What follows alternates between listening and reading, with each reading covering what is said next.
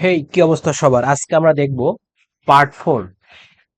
এই অধ্যায়ে একটা গুরুত্বপূর্ণ প্রশ্ন হলো স্থির তড়িতে বা তড়িৎ ক্ষেত্রে গসের সূত্র বিবৃত ও প্রমাণ করো, অথবা গসের সূত্র বিবৃত ও ব্যাখ্যা করো, অথবা গসের সূত্রের ব্যবকলনীয় সমীকরণ প্রতিপাদন করো এবং এ থেকে ল্যাপ্লাস ও পয়সনের সমীকরণ বের করো। আমরা ভাইয়া এই যে অথবাটা করব, এই অথবাটা আমাদের ইম্পর্টেন্ট। আর একটা কথা বলে নেই যে আমাদের পাশে যে সালগুলো দেওয়া আছে এই সালগুলো টাইপিং মিস্টেক হতে পারে, কিন্তু আমরা যা প্রশ্ন পড়াইছি এই প্রশ্নগুলো ইম্পর্টেন্ট। এই সালগুলা মিস্টেক হতে পারে, তোমরা সালগুলা দেখে নিও, সমস্যা নেই। তবে এই অধ্যায় থেকে আমরা 4টা পার্টে 4টা প্রশ্ন করাচ্ছি। এই 4টে তোমাদের এই পরীক্ষার জন্য ইম্পর্টেন্ট, যারা 25 সালে দ্বিতীয় বর্ষে পরীক্ষা দিবে। ঠিক আছে, তো আমি এই প্রমাণটা শুরু করে দিই। তাহলে প্রমাণ আমি খুব শর্টকাটে এবং খুব সহজে প্রমাণটা করব। তোমরা আমার সঙ্গে থাকো এবং ক্লাসটা মনোযোগ সহকারে দেখো। অবশ্যই এগুলা বারবার কিন্তু প্র্যাকটিস করতে হবে, নাহলে কিন্তু তোমরা পরীক্ষার খাতায় লিখে আসতে পারবে না। প্র্যাকটিস না করলে অনার্সে পড়া কোনো পড়ায় তোমার মুখস্থ থাকবে না। ঠিক আছে, একটি তাহলে প্রমাণ ধরে নেই যে একটি আবদ্ধ তল এস, আবদ্ধ তল এস দ্বারা আবদ্ধ আবদ্ধ মোট চার্জ কত হবে? মোট চার্জ হলো কিউ। আমরা গসের হিসাব নিকাশ করব, গস। আর গস মানে একটা আবদ্ধ ক্ষেত্র হতে হবে, এটা বারবার বলেছিলাম। তাহলে অবশ্যই ধরে নিলাম যে এরকম একটা কোনো তল আছে, তো যার চার্জ কত কিউ। গসের সূত্র অনুসারে পাই, গস বা গাউসের গসের সূত্র অনুসারে আহ সূত্র অনুসারে পাই সূত্র অনুসারে তড়িৎ ফ্লাক্স বা তড়িৎ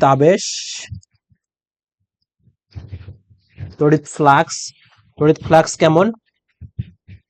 তড়িৎ ফ্লাক্স এটা থেকে আমরা লিখতে পারতাম এরকম যে ইন্টিগ্রেশন ইন্টিগ্রেশন ই নট বা ইডিএস একই কথা, কিন্তু এটা কি থাকবে? এটা ভেক্টর থাকবে, ডট গুণ অবস্থা থাকবে। এটা ইজ ইকুয়াল টু আমরা কি লিখতে পারি? Q by epsilon naught. এখন অনেক সময় এপসাইলন নটটা এদিকে গুণ অবস্থা থাকতে পারে, একই কথা। এদিকে থাকে আর এদিকে থাকে, আমরা পার করে দিলে তো হিসাব একই। তাহলে এখান থেকে আমরা লিখতে পারি কি? এখান থেকে আমরা লিখতে পারি epsilon not close integral E not DS. ঠিক আছে, যেহেতু ই নট ধরো, ধরো একই কথা।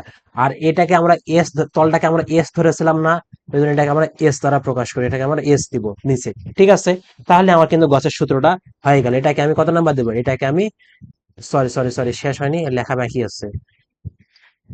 এটা ইজ ইকুয়াল টু কিউ, শুধুমাত্র কি আছে? কিউ আছে। এটাকে আমি 1 নাম্বার দিলাম। নেক্সটে আসি। এখন যদি এই যে তলটা আমি ধরলাম, এই তলটার আয়তন যদি ভি হয়, এই তলটার আয়তন যদি ভি হয়, তাহলে আমরা একটা সূত্র জানি ভাই। এই সূত্রটা কি? যে কিউ ইজ ইকুয়াল টু কি? আচ্ছা, আর একটা কিউ তো না, রো। ঘনত্ব ইজ ইকুয়াল আমরা কি জানি? Q by V. এই সূত্রটা জানি না আমরা। তাহলে এখান থেকে কিউ ইজ ইকুয়াল টু আমি কি লিখতে পারবো? রো ভি লিখতে পারবো না? রো ভি লিখতে পারবো কিনা? রবি লিখতে পারবো। এখন ভাইয়া রো তো কনস্ট্যান্ট, তাহলে এখান থেকে তুমি যদি ডি কিউ কল্পনা করো, তাহলে এখানে কি হবে? ডি কিউ কল্পনা করলে, Q is equal to rho V লিখতে পারবো। রো ভি লিখতে পারবো। তাহলে রো তো বাহিরে, তাহলে এখানে তুমি ডিভি লিখতে হবে তোমাকে। উভয় পাশে তুমি যদি ইন্টিগ্রেশন করো ডি কিউ, তাহলে তো তুমি পাবা রো ইন্টিগ্রেশন ডিভি। এটা পাবা না, এখান থেকে তুমি করলে কি পাবা? কিউ পাবা, আর এদিকে রো ডিবি পাবা, তাই না? যাই হোক, আমি এটা চাচ্ছি না যে আমার সূত্রের প্রতিপাদনটা কি, rho is equal to Q by v পাই। তাহলে কিউ ইজ ইকুয়াল টু কি পাবো? রো ভি পাবো। ওই জিনিসটা আমি এখানে এখানে অ্যাপ্লাই করবো, এই জন্যই আমি এই সূত্রটা দেখাইলাম তোমাকে। ঠিক আছে, তাহলে আবার আবার আয়তন, তলটা আবদ্ধ তলের আয়তন যদি ভি হয়, আয়তন যদি ভি হয়, ভি এবং এর একটা চার্জ ঘনত্ব আছে, এবং আয়তনের চার্জ ঘনত্ব কত? চার্জ ঘনত্বকে আমি রো ধরলাম।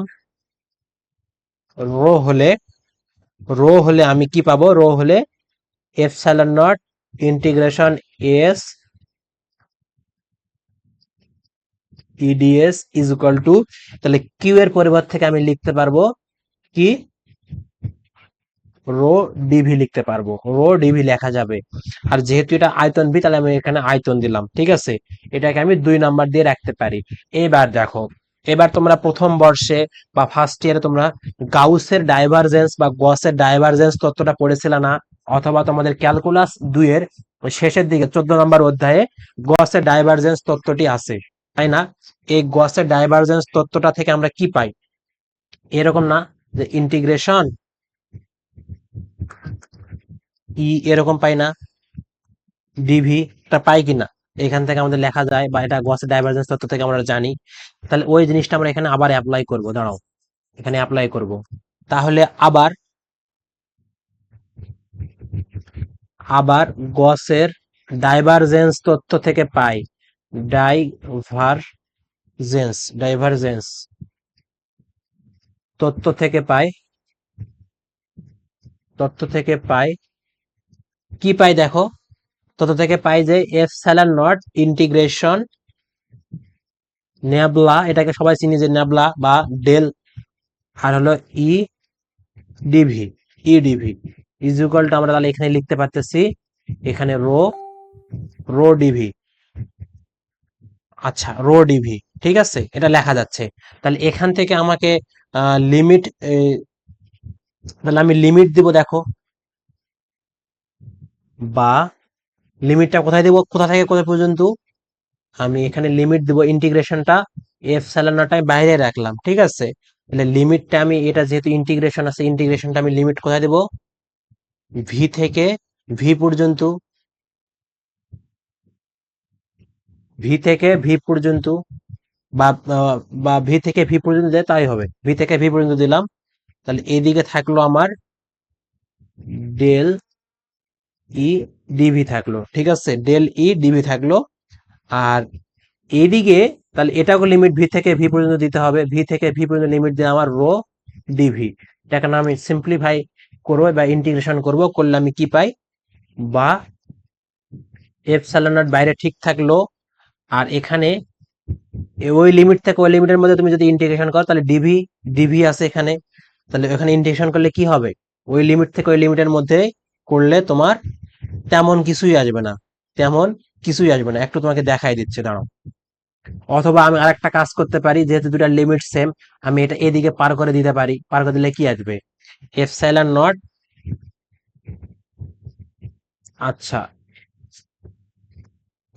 তাহলে এপসাইলন নট ইন্টিগ্রেশন ভি থেকে ভি পর্যন্ত ডেল ই ডিভি, তাই না, মাইনাস, মাইনাস তাহলে কি হবে, ইন্টিগ্রেশন ভি থেকে ভি পর্যন্ত rho d V is equal to 0। তাহলে এখান থেকে আমি যদি ইন্টিগ্রেশন অফ ভি থেকে ভি পর্যন্ত নেই, তাহলে যদি আমি কমন নেই, তাহলে আমার এদিকে থাকবে কি, এদিকে এপসাইলন নট থাকবে আমার, আর এদিকে থাকবে হলো ডেল, ডেল ই থাকবে, তাই না, ডেল ই থাকবে, আর এদিকে থাকবে মাইনাস রো, আর এদিকে ডিভি থাকলো ইজ ইকুয়াল টু 0। এখন ভাইয়া, এখন এখানে আমি যদি একটু ক্যালকুলেশন করি, তাহলে আমার কেমন আসতেছে, আমার এইদিকে ডিভি, মানে এটা করলে কি হবে, আমার তো ভি সাপেক্ষে করতেছে, এখানে কোথাও ভি আছে, কোথাও ভি নাই, তার মানে আমার এখান থেকে কি আসবে, আলটিমেটলি ভি থেকে ভি করলে 0 আসবে, ঠিক আছে। মনে করে এখান থেকে করলে একটা ভি আসবে, তো ভি এর লিমিটটা কেমন, ভি থেকে ভি, তাহলে এখানে ভি বসাবো, ভি মাইনাস জি মানে কত, আলটিমেটলি 0 হবে। তাহলে আমি এখানে ওইটা ক্যালকুলেশন করতেছি না, তাহলে আমার এখান থেকে আলটিমেটলি আসতেছে এরকম, যে del dot E, del dot E, আর এপসাইলন, এপসাইলন থাকলো, আর এখানে কি রো থাকলো, রো আছে, রো ইজ ইকুয়াল টু 0, এটা আমরা পাচ্ছি, ঠিক আছে, এটা আমরা পাচ্ছি। তারপর দেখো এখান থেকে আমি লিখতে পারি যে is equal to rho divided epsilon naught, rho divided epsilon naught. তাহলে এটাকে হলো আমি দিলাম কত, এইদিকে কত দিছি, এদিকে 2 দিচ্ছি, এটাকে আমি 3 নাম্বার দিলাম। তাহলে এই 3 নাম্বারটাই হলো আমার ব্যবকলনীয় রূপ। আমার ব্যবকলনীয় রূপ বলতে বলছিল বা ব্যবকলনীয় সূত্র। তাহলে 3 নং সমীকরণ হলো গসের সূত্রের ব্যবকলন রূপ। গসের সূত্রের ব্যবকলন রূপ। এবার আমাদের কি ল্যাপ্লাস এবং পয়সনের সমীকরণগুলো বের করতে হবে। তাহলে আবার তড়িৎ বিভব ভি হলে আমরা পাই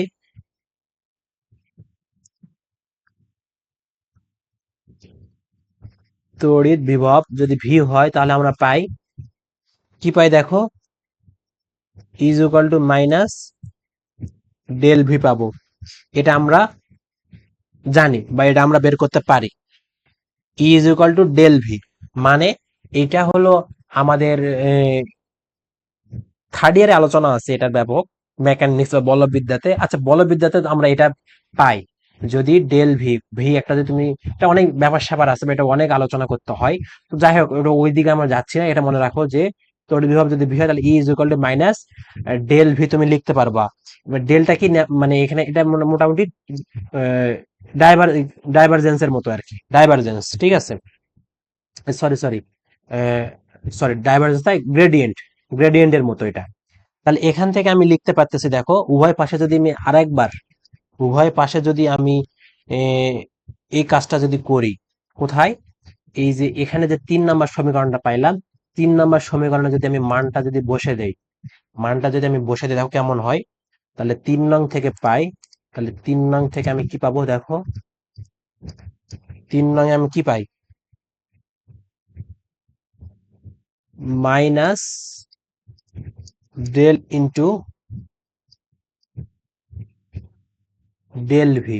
কারণ কি, আমার ওখানে ডেল ই ছিল, ডেল ই থাকার কারণে ওই ই এর পরিবর্তে থেকে আমি ডেল ভিটা বসে দিলাম, minus del V is equal to rho divided epsilon naught করে দিলাম। তাহলে এখান থেকে আমি যদি হিসাব করি তাহলে মাইনাস ডেল ডেল কত হবে, ডেল স্কোয়ার হবে, আর এদিকে ভি আছে, ভি থাকলো, আর এদিকে রো ডিভাইডেড এপসাইলন নট থেকে গেল। এই কাজটা আমরা করতে পারি। এখন ভাইয়া এখান থেকে আরেকটা কাজ করব, দেখো এখান থেকে আমি বা del square, del square V is equal to minus, তাহলে এদিকে আসবে, তাহলে রো ডিভাইডেড এপসাইলন নট আসলো, রো ডিভাইডেড এপসাইলন নট। কিন্তু এখানে আমরা একটা ধ্রুবক নিব, এই ধ্রুবকটার নাম দিব আমরা কি, এম, একটা ধ্রুবক দিলাম। এই যে ধ্রুবকটার নাম এম দিলাম, এটাকে আমরা যদি 4 নাম্বার সমীকরণ দেই, এটাই হলো আমার, এইটা, এইটাই হলো কি পয়সনের সমীকরণ, পয়সনের সমীকরণের রূপ, গাণিতিক রূপ, গাণিতিক রূপ, ঠিক আছে। আচ্ছা, এইবার দেখো ল্যাপ্লাসেরটা বের করব আমরা। এখন এখানে রো ইজ ইকুয়াল টু যদি 0 হয়, রো ইজ ইকুয়াল টু যদি 0 হয় তাহলে কেমন হবে, যদি রো ইজ ইকুয়াল টু 0 হয়, কখনো চার্জ যদি না থাকে, তাহলে তুমি এটা কেমন হবে, তখন তুমি এটা লিখতে পারবা যে del square V is equal to এদিকে 0 আসবে। এটা হলো 5 নাম্বার, আর এটাই হলো আমার ল্যাপ্লাসের সমীকরণ বা ল্যাপ্লাসের গাণিতিক রূপ, ল্যাপ্লাসের গাণিতিক রূপ। আমার কথা কি ক্লিয়ার, তোমরা ক্লিয়ার হইছো? আমরা এখানে কি কি অ্যাপ্লাই করছি একটু আবার বিস্তারিত বলি। দেখো আমি প্রথমে গসের সূত্রটা লিখছি, গসের সূত্র থেকে মোটামুটি আমরা এটাই পাই, এটা আমরা সবাই জানি। গসের সূত্রটা আমি লিখছি এখানে, অন্য কিছুই লিখি নাই, গসের সূত্রটা লিখছি শুধুমাত্র প্রথম 1 নাম্বার সমীকরণ। এখান থেকে আমি আবদ্ধ তলে একটা যদি ভি পাই, আমরা সবাই জানি যে rho is equal to Q by V, ওই সূত্র থেকে আমি কিউ এর মানটা জাস্ট এখানে বসে দিয়ে এই কিউটাকে রো বানিয়ে দিচ্ছি, এটাকে রো বলা হয়, এটা রো, কিউটাকে আমরা রো বানিয়ে দিছি। তো এখান থেকে আবার আমরা গসের ডাইভারজেন্স যে তত্ত্বটা আছে, আমরা ফার্স্ট ইয়ারে ফিজিক্স 1-এ পড়েছিলাম, অথবা আমাদের সেকেন্ড ইয়ারে ক্যালকুলাস 2 বইয়ের শেষের দিকে 14 নম্বর অধ্যায় আছে যে গসের ডাইভারজেন্স তত্ত্ব, ওখান থেকে আমরা এটা লিখতে পারি, এটা লেখা যায়। তো এটা লিখলে উভয় পাশে আমি যদি একটা লিমিট নেই, এদিকে যা লিমিট নিচ্ছে এদিকেও তাই লিমিট নিচ্ছে, কারণ কি আমাকে লিমিটটা নিতে হবে কোথায়, যেহেতু এটা আবদ্ধ তল, তাহলে আমার ভি থেকে ভি পর্যন্ত যাইতে হবে, মানে আয়তন সেম থাকবে। কেন লিমিটটা নিলাম, কারণ আমার এখানে ডিভি আছে, এই ডিভিটাকে সরাইতে হবে, নাহলে আমি কাজ করতে পারবো না। ওই পাশে দেখো ডিভি আছে, তাহলে আমি ডিভিটা অটোমেটিকলি বাদ দিতে পারি, এটা দেওয়া যাইতো, কোনো সমস্যা হইতো না। ডিভিটা বাদ দিলে আবার এখানে ইন্টিগ্রেশন চিহ্ন আছে, আমার ইন্টিগ্রেশন চিহ্ন উঠাতে হবে, তো এটা একবার উঠানো সম্ভব না, এই জন্য লিমিট নিচে আমি উভয় পক্ষকে লিমিট নিতেই পারি, সমস্যা নাই। তুমি সাইডে সাইড নোট দিতে পারো যে ভি থেকে ভি পর্যন্ত সমাকলন করে পাই। সমাকলন করলে তুমি জাস্ট এদিকে তুমি এটা পাচ্ছ বা এদিকে এটা পাওয়া যাবে। আমি এখান থেকে কমন নিছি, দেখো দুইটাই দিকে পার করে দিয়ে যে দুটা সেম ডিভি কমন নিছি, নিয়ে এখান থেকে এই কাজটা আমি করছি, এই কাজটা আমি করছি দেখো। ভি থেকে ভি ভি থেকে ভি যদি আমি সমাকলন করি, ভিত থেকে ভি যদি সমাকলন করি, তাহলে এখান থেকে মোটামুটি আমার এই পর্যায়ে বা এই জিনিসটা আমার আসে। তো ওটার থেকে আমি জাস্ট এটা বের করে নিছি। এখন ভাইয়া এটাই হলো আমার ব্যবকলন রূপ, গসের ব্যবকলন রূপ। আর ব্যবকলন রূপ থেকে আমি যখন এই জিনিসটা ব্যবহার করব, যদি যখন আমি ভি ব্যবহার করব, মানে তোর বিভবটা যখন আমি ব্যবহার করব, তখন আমার এই এই জিনিসটা লেখা যায়, যখন ডেল স্কোয়ার থেকে যখন আমি এই এটা বের করলাম, এখানে আমি যখন মাইনাসটা দিকে পার করে দিলাম, তখন আমার আর একটা ধ্রুবক চলে আসলো এম। আর এম এই সমীকরণটাকে বলা হয় পয়সনের সমীকরণ। আর এখান থেকে ঘনত্ব, এটা হলো রো ঘনত্ব, আর ঘনত্ব যখন জিরো হয়ে যাবে, তখন আমার del square V is equal to zero. আর এটাকে বলা হয় ল্যাপ্লাসের সমীকরণ। এই হলো আমার কথাবার্তা বা এই হলো আমার হিসাব নিকেশ। তো আজকে এই পর্যন্তই, দেখা হবে আগামী নেক্সট ক্লাসে। আল্লাহ হাফেজ।